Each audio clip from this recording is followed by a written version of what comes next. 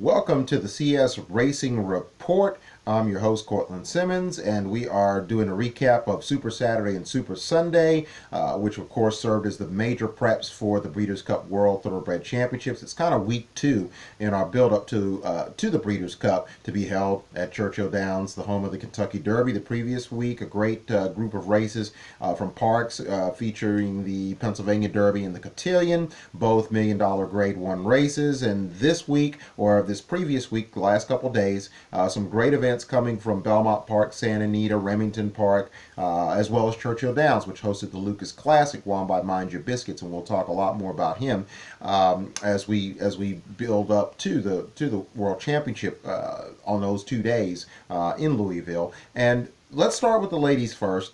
Sunday afternoon, a couple big events for the Distaff division. The 3-year-old fillies were competing in Remington Park in Oklahoma on the undercard, or the co-feature to the Oklahoma Derby. And She's a Julie out of the Steve Asmussen barn was the prohibitive favorite off her very solid second place finish at 1.25 miles in the Alabama Stakes at Saratoga Springs, where she finished behind the Kim McPeak trained Eskimo Kisses. McPeak also had a couple entries in this race, Stronger Than Ever and True Dream. And She's a Julie, didn't maybe completely dazzle your eyeballs off, but very workwoman-like in winning by 1.5 lengths at the 1.16 distance in a time of 1:43.36. And she was, of course, the favorite going into this race. The exacta paid 25.40 for those of you looking at the numbers. The try was 73 even. And then the superfecta, a nice little Sunday afternoon payday. If you could hit all four, the number 1, 2, 3, 4 horses, $417 and 80 cents. And She's a Julie was followed by Remedy, who was a nose in front of Cosmic Burst. And a Hold Her Tight finished fourth for Larry Jones of Hard Spun and 8 Bells fame. And then McPeak's True Dream was in fifth. Rose of Malibu sixth. Stronger Than Ever, another McPeak trainee, finished seventh after trying to rally and making a bid at the top of the stretch before She's a Julie, took off and kicked into another gear. And then Albarello,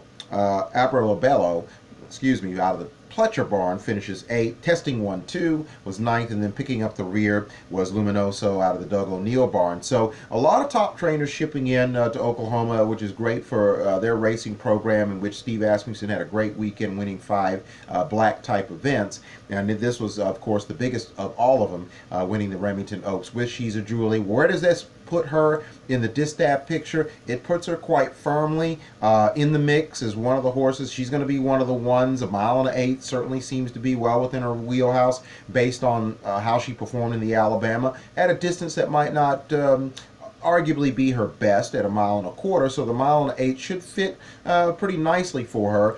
She's going to show some speed as she did here in the Remington Oaks, and she's going to be a horse along with Monomy Girl and Wonder Gadot if she comes back, even though she did not run well in the Cotillion. I don't think the distance really suited her.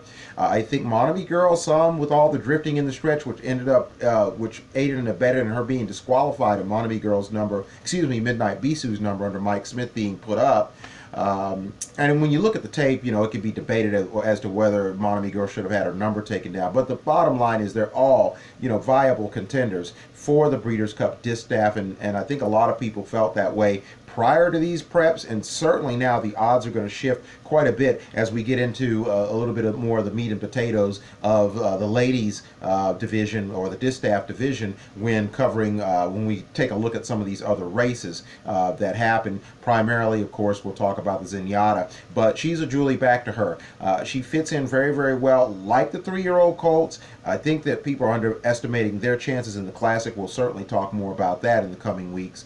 But with this Distaff division, these 3-year-old fillies are looking very good. She's a Julie, as I said, punched her ticket, if not in a super dazzling way, one of those supersonic performances. It was very solid. I think she's going in the right direction. She's in great hands with Steve Asmussen and Scott Blasi. So again, and by the way, for those of you who don't know the backstory or missed the preview podcast to the Remington Oaks and the other graded races, she's named after Steve Asmussen's wife. That's kind of where the Julie Asmussen, and that's where her namesake comes from. So nice little tidbit there. Good to know for all you fans out there who want to know where that name derived from. So She's a Julie wins the Remington Oaks by a length and a half over Remedy, and 143.36, punching her ticket to the Breeders' Cup Distaff at Churchill Downs.